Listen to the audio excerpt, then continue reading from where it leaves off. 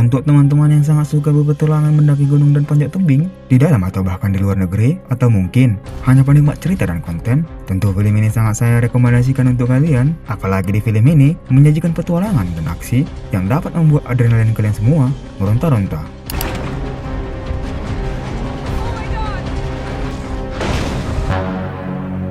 Film diawali dengan memperkenalkan dua pria yang bernama Mike, yaitu sang kakak, dan adiknya bernama John. John adalah seorang mekanik tentara, di mana hari ini ia dapat tugas untuk ke arah utara untuk membantu para tentara yang sedang perang. Sesampainya di markas tentara, sebelum pamit, John berjanji jika saat ia kembali dari perang, mereka harus mendaki ke gunung tertinggi, yaitu Gunung Everest. Kemudian memberi sebuah surat wasiat untuk jaga-jaga, siapa tahu ia tak selamat dari perang. Diketahui, mereka mempunyai hobi yang sama, yaitu mendaki gunung dan panjat tebing. Intinya, jika berhubungan dengan alam, mereka sefrekuensi. Singkat cerita, seminggu kemudian, di mana pangkalan militer mereka sedang diserang, tentu ia bergegas ke mobil, akan tetapi setelah Mike menonton berita dan mendengar kabar bahwa John adiknya berada di rumah sakit, tentu ia bergegas ke tempat tersebut. Dan ya, Mike pun syok melihat kondisi adiknya yang tak berdaya akibat peluru yang bersarang di kepalanya. Setelah kembalinya ke rumah, ia membuka surat wasiat yang sempat John beri padanya. Dalam surat itu tertulis bahwa jika John meninggal, ia meminta agar mayatnya dikremasi dan abunya disebar di Gunung Everest. Walaupun semasa hidupnya ia tak sampai di sana, paling tidak ia sampai di sana saat meninggal dunia. Oh iya, sebelum kita lanjut, teruntuk teman-teman yang belum subrek, ada baiknya diklik terlebih dahulu agar tak ketinggalan konten menarik lainnya dari channel Lingga HD. Oke, lanjut. And that my ashes be scattered on Mount Everest. Ia berniat memenuhi wasiat adiknya dan langsung membawa pesawat menuju kota Kathmandu, Nepal. Sementara itu, kita beralih ke negara Nepal, di mana ada sebuah bus yang sedang melintasi jalan ngarai atas di daerah timur yang menuju desa Kodari. Namun, bus itu terhalang truk yang sedang parkir yang membuat supir bus turun dan menyuruh truk itu agar mundur. Dan ya, tiba-tiba saja truk itu melaju kencang lalu menabrak bus mundur, membuat para penumpang panik. Tapi apalah daya, pak supir sudah berusaha semaksimal mungkin, tapi malah ini yang terjadi. Setelah itu, si supir truk yang entah siapa ini langsung menghubungi polisi Nepal. And with your approval, inilah desa tersebut, yaitu desa Kodari. Seperti yang kita lihat, ada seorang pria bernama Rudra sedang berpidato. Diketahui, Rudra ini adalah seorang pebisnis, di mana ia berniat untuk membangun sebuah industri bendungan bertenaga hidroelektrik yang dapat menghasilkan 4.000 megawatt listrik tenaga air, dan itu pasti akan menciptakan lapangan kerja. Dan untuk mewujudkan industri itu, seluruh penduduk desa Kodari harus menjual tanahnya pada Rudra. Akan tetapi, seluruh penduduk desa yang tak ingin pindah ke tempat lain dan khawatir akan tinggal di tempat kumuh, tentu tak ingin menjual tanah mereka pada pembisnis licik yang tak memikirkan nasib orang. Lalu mereka meminta agar seorang tokoh penting atau sesepuh di desa ini bernama Ganesh Rai dan mengutarakan pendapatnya. Diketahui, dulunya kakek buyut Ganesh Rai adalah pembangun jalan dan separuh desa ini. Sebagai keturunan dari keluarga pendiri desa, tentu keputusannya sangat penting untuk masa depan desa ini. Dikarenakan Ganesh Rai tak ingin mengecewakan nenek moyang mereka, seperti harapan mereka semua, tentu ia memutuskan menolak menjual tanah desa ini. Pria yang lari terbirit-birit ini adalah Vijay Rai, yaitu anak Ganesh. Ia memberitahu bahwa ia mendapat kabar dari polisi jika kakeknya, yaitu ayah Ganesh, mengalami kecelakaan dan telah meninggal dunia. Yaps, si kakek ternyata salah satu penumpang bus tadi yang sengaja dibuat celaka oleh supir truk yang tak siapa dalangnya. Dan kita pun dibuat kaget, ternyata dalangnya adalah si Rudra yang bermain kotor. Berharap setelah kejadian yang menimpa si kakek, Ganesh mau menjual tanah di desa ini. Vijay lanjut menjelaskan bahwa ia khawatir Rudra melakukan hal yang sama pada Ganesh. Lalu setelah itu, Vijay. Namun Ganesh meyakinkannya agar tak gentar dan akan melawan si Rudra picik. Kita kembali ke Mike. Seperti yang kita lihat, ia sudah di bandara dan akan segera terbang ke Nepal. Sesampainya di bandara Nepal, ia pun bergegas mencari penginapan. Di keesokan harinya, ia menemui resepsionis hotel dan menanyai pemandunya untuk ke Gunung Everest. I am Danny. Yaps, wanita yang bernama Dani yang Chen ini adalah seorang pemandu gunung, di mana kali ini tamunya adalah Mike, yang ternyata sedari tadi sudah standby di sini. Di perjalanan, mereka sedikit berbincang hal pribadi hingga tak terasa mereka sudah sampai di pusat kota. Mereka bergegas masuk ke bus yang akan mengantar mereka ke base camp Everest. Pak supir bus bernama Spike. Seorang pria bernama Evan dan anak perempuannya bernama Star pun ikut menumpangi bus. Karena tadi saat Star meletakkan tasnya membuat tas penumpang lain jatuh, Dani mencoba memperingatinya, namun ia tak menggubrisnya. Karena memang Star tipikal anak yang manja. Terpaksa Evan, yaitu ayahnya, yang meminta maaf lalu memperbaiki tas itu. Sementara mereka dalam perjalanan, kita beralih sejenak pada Ganesh, di mana saat ini dia sedang menuju ke pondok untuk bersembunyi dari kejaran Rudra, lalu menghubungi anaknya yang ternyata sedang di pasar. Dikarenakan stok makanan sudah Ganesh siapkan untuk 2 bulan ke depan, lantas ia menyuruh agar Vijay segera pergi dari pasar dan menemuinya di pondok. Kemudian Ganesh menegaskan bahwa setelah ini mereka tak boleh lagi berbicara melalui telepon dan hanya menggunakan SMS sebagai kode saja. Namun tanpa ia sadari, sedari tadi ada seseorang yang sedang memantaunya dari kejauhan dan mengikutinya hingga ke bus yang ia naiki, yang kebetulan ditumpangi Mike dan CS. Tak ingin membuang waktu, ia pun melakukan hal ini. Ya, tentu hal itu membuat para penumpang bus kepanikan, dan si wanita menyuruh agar seluruh penumpang tak melakukan hal gegabah, lalu meminta HP mereka dikumpulkan. Setelah terkumpul, ia pun membuang HP itu. Setelah itu, ia memaksa Spike belok kiri, namun ia sempat menolak karena itu bukan jalur tujuan mereka. Akan tetapi, Spike yang ditodong pun mengikuti perintah si penjahat. Dani menyadari sesuatu dan memberitahu Mike bahwa para penjahat ini ingin melakukan pertemuan, dan kejinya para penculik di Nepal tak meninggalkan saksi sama sekali, yang artinya keselamatan mereka semua terancam. Mendengar hal itu, ia meminta agar Dani mengambil kapak itu, dan saat ada kesempatan, ia pun berhasil meraihnya. Saat si penjahat sedang lengah, dengan sangat hati-hati, Mike menjalankan aksinya dengan cara merusak ban mobil, dan hal itu menciptakan asap. Sesuai rencana, si penculik memeriksa ke belakang apa yang terjadi, Duan. Yaps, pertarungan sengit pun terjadi. Akan tetapi, karena memang dulunya Mike adalah petarung jalanan sementara Dani petarung UFC, tentu berhasil mengalahkan si penculik. Akan tetapi akibat ban sudah rusak sebelah, membuat Spike kesulitan mengendalikan bus, dan hal itu membuat bus hampir terjun bebas ke jurang. Masih dengan keadaan panik, satu persatu dari mereka perlahan keluar dari bus, namun Mike menyempatkan diri untuk menyelamatkan tas berisi Gucci-nya yang ternyata terjatuh di lantai. Seperti yang kita lihat, bus sudah di ujung tanduk. Jika Mike salah sedikit, tamat sudah riwayatnya. Dan beruntungnya, Mike berhasil meraih Gucci tersebut.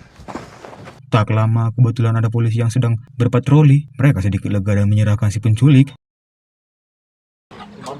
Setelah kejadian buruk tadi, tentu mereka rehat terlebih dahulu, dan Spike memeriksa busnya yang ternyata rusak parah, yaitu patah as. Mengetahui hal itu, Mike menawarkan diri bahwa ia mahir menggunakan obor las dan meminta Spike mencari alat tersebut. Sementara Evan memantau perilaku penduduk desa yang tampak aneh, menutup diri. Tak lama, ia menyapa polisi tadi dan menanyakan sedikit informasi tentang hal pria tadi, yaitu Vijay. Kemudian Pak Pol menjelaskan bahwa Evan tak perlu cemas karena keadaannya sudah baik-baik saja, tentu sudah sadarkan diri, dan memberitahu nama si pria itu adalah Vijay Rai. Setelah mendengar nama itu, ia menyadari bahwa mereka sedang di desa Kodari, dan menurut berita yang ia dengar, desa ini dalam masalah. Tak lama Star anaknya menghampiri mereka dan menanyakan kenapa penduduk desa tak satupun kelihatan. Kemudian, Evan menjelaskan bahwa seorang pria bernama Rudra ingin membangun bendungan terbesar di sini, namun penduduk desa tak ada yang mau menjual tanahnya. Tentu hal itu membuat Rudra melakukan hal.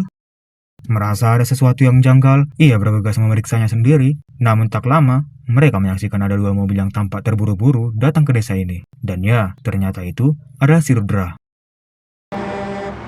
Tak lama bus pengganti pun tiba, lalu Pak Polisi yaitu Kapten Sankar memerintahkan anak buahnya agar menyuruh para turis segera naik ke bus tersebut. Evan yang masih penasaran pun kekeh menanyakan keadaan si Vijay, masih merasa janggal dengan semua ini, dan pasti ada sesuatu di ruangan itu yang ternyata benar. Vijay sedang disekap, di mana si Rudra meminta agar Vijay memberitahu di mana keberadaan ayahnya. Karena Vijay memilih bungkam, ia memerintahkan si Kapten menyiksa si Vijay. Kemudian Evan menemui Mike, lalu menjelaskan semua kejanggalan ini. Mendengar hal itu, tentu mereka memutuskan tak ikut bus pengganti, sementara turis yang lain pergi melanjutkan perjalanannya.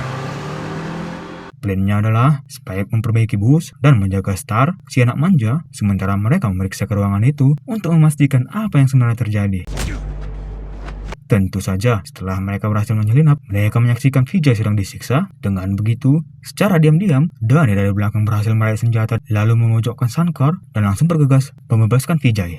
Tak lama, muncullah si Rudra dan langsung menanyakan siapa kalian sok jadi pahlawan. Tiba-tiba saja Evan muncul, lalu memperkenalkan diri bahwa ia adalah seorang profesor dan perwakilan dari Departemen Luar Negeri Amerika Serikat, lalu menjelaskan bahwa ia sudah menelpon kedutaan besar Amerika Serikat dan akan segera menangkap Rudra. Rudra yang tak yakin pun melakukan hal ini.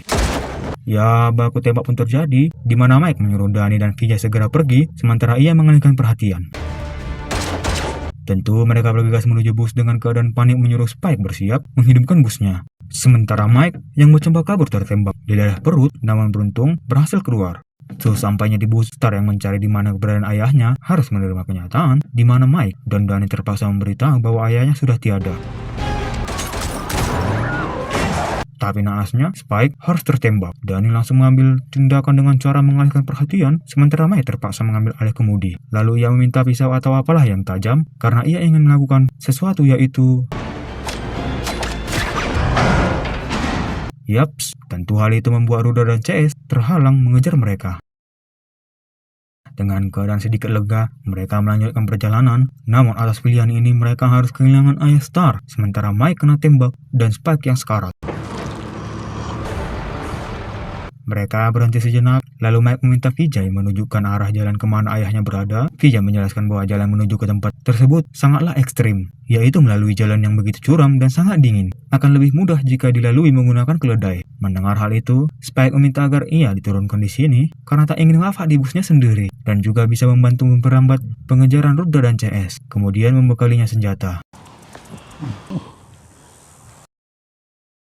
Tentu seperti yang Vijay jelaskan, jalan yang mereka lalui adalah jalan curam yang dilapisi es. Namun mereka harus menggunakan alat konstruksi mesin derek agar bisa melanjutkan perjalanan. Tak ingin membuang waktu, mereka langsung mengaitkan seling baja itu ke bus dan menyalakan mesinnya, dan mereka tentu dengan mudah turun ke bawah.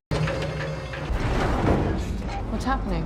Ya, ternyata tak semudah itu. Ternyata mesinnya macet membuat mereka dalam kondisi bahaya. Mike membuat keputusan gila dengan menyuruh Danny melepaskan baja pengaitnya, Don.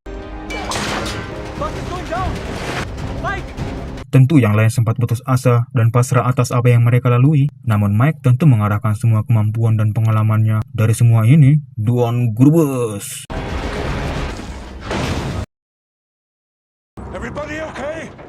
Yaps, lagi-lagi Mike melakukan hal di luar Nurul untuk kesekian kalinya. Ia berhasil menaklukkan maut. Bisa kita lihat, sedikit saja gagal, mereka akan berakhir di dasar tebing itu, yang ternyata sudah banyak bangkai mobil di tempat tersebut. Setelah dipastikan, kemungkinan ada beberapa spare part yang bisa digunakan, Mike berencana turun ke bawah untuk mengambil barang yang dibutuhkan. Tak ingin membuang waktu, mereka bergegas mencari yang dibutuhkan dan mempretelinya. Sementara itu kita beralih sejenak pada Spike yang kondisinya begitu memprihatinkan. Namun tak lama Rudra dan TF tiba, di mana ia langsung melakukan aksinya, Don.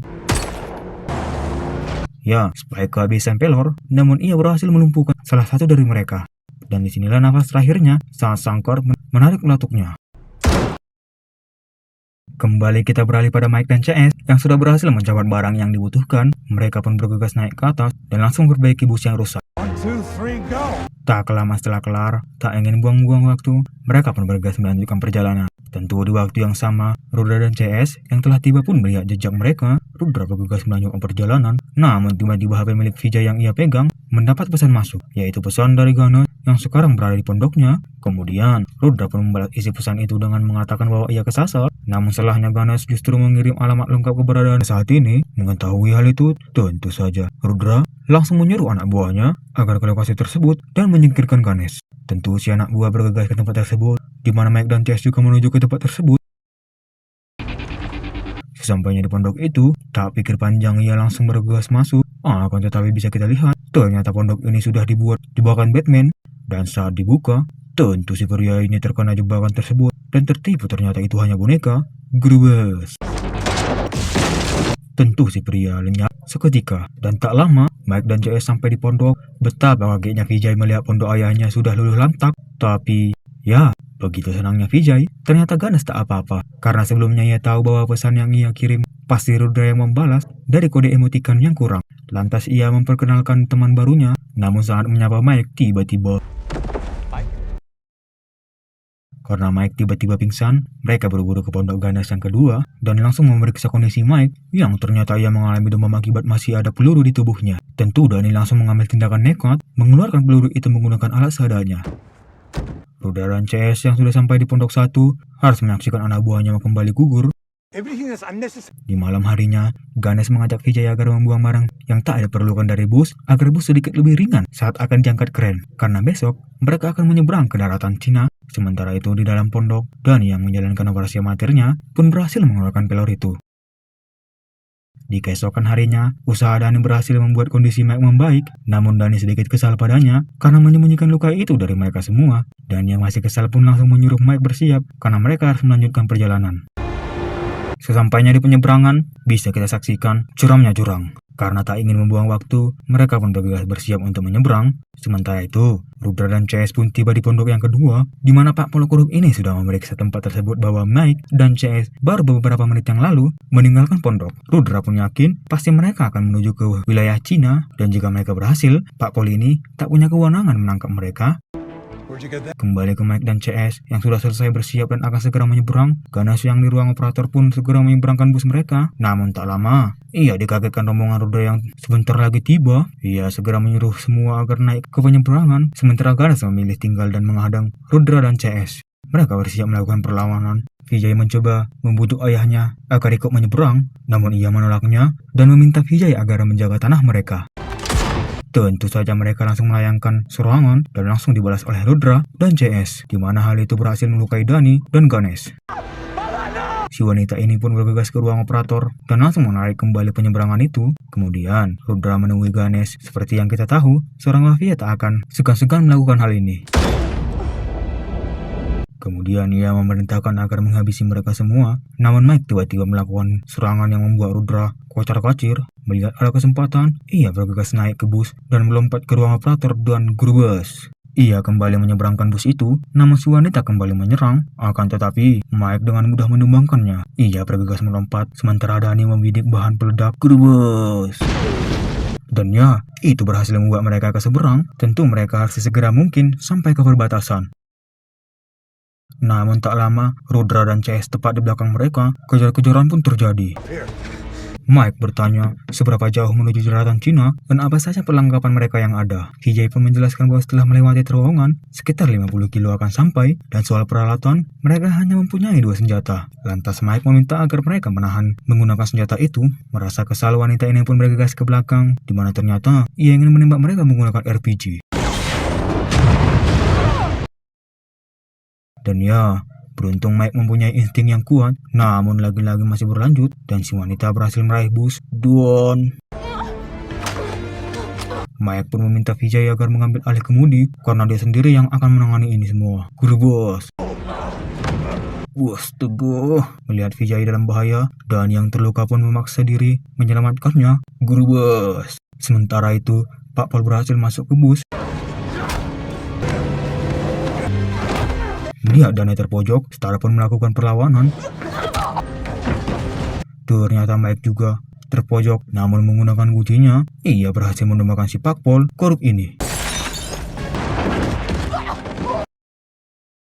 Baru saja berjalan beberapa meter, mereka malah bertemu dengan Rudra. Namun, ia berusaha kabur tapi tak sempat membuatnya di ujung tanduk. Gerubus. Sesampainya di daratan Cina, mereka sejenak istirahat, dan tak lama, tentara Cina pun menghampiri mereka. With this new dam, Vijay mengumumkan bendungan kecil yang mereka buat, walaupun kecil, tapi itu cukup untuk kebutuhan para penduduk desa. Setelah itu, disinilah Star pamit pulang, sementara Mike tentu melanjutkan pendakiannya, dan saat dia sampai di puncak, ya walaupun tak sampai ke puncak yang paling tinggi, mengingat usianya yang tak mampu, tapi paling tidak, ia berhasil menepati wasiat terakhir adiknya. Dan tamat. Gile-gile, sungguh petualangan yang seru dan menegangkan bukan? Siapa sangka pria tua yang berniat mendaki ke gunung malah menuntaskan misi dan mengalahkan mafia besar di suatu negara. Oke lah, sedikit pesan yang bisa saya simpulkan dari film ini adalah, jika sudah membuat suatu keputusan, janganlah kamu berbelok arah, tapi tetap pada tujuan jika itu melakukan hal yang baik. Akhir kata saya Lingga Petugas yang tidak digaji, sampai bertemu di video selanjutnya. Di subscribe atuh mang.